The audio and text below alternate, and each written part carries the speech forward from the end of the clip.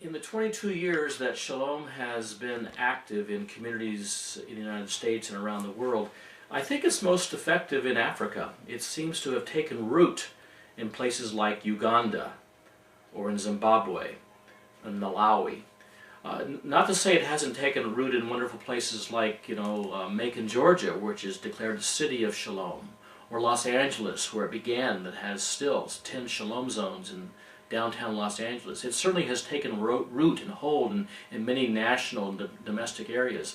But it's going like wildfire. It's going like wildfire in places like Jinja, Uganda, which is where the source of the Nile is, where Lake Victoria empties out into the Nile that runs 4,300 miles to Cairo and to Egypt.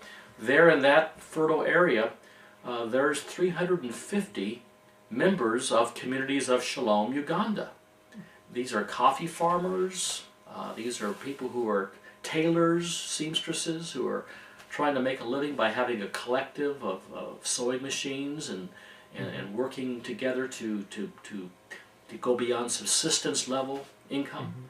Instead of $1 a day, they need to raise their income so they can take care of their family and the orphans in their care.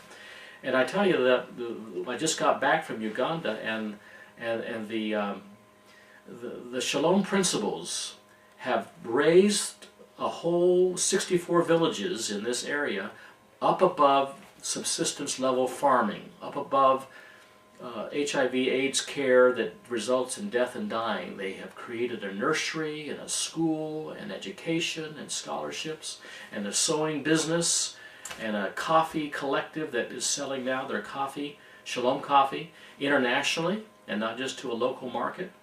It's tangible changes in just 2 years. 2 years ago, these coffee farmers were producing a local coffee bean that the middlemen drove by on motorcycles and collected beans and paid them 15 cents a pound for a local market. Now they're able to get like $1 a pound because they have grown a better bean, and they've gone organic, and they've gone to a collective approach to selected beans and a high boutique quality bean, and we've connected them with an international roaster. And so this partnership has resulted in an incredible excuse me.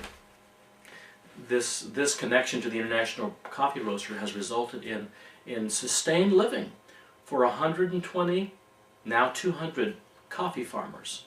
And we're trying to do the same thing with the tailors, with the seamstresses, get them up to a quality where they can make a living. So yeah, it's really taken root in places like Uganda and Malawi. I can tell you stories of Malawi and other places, Belfast, Ireland. But Shalom is truly on the loose.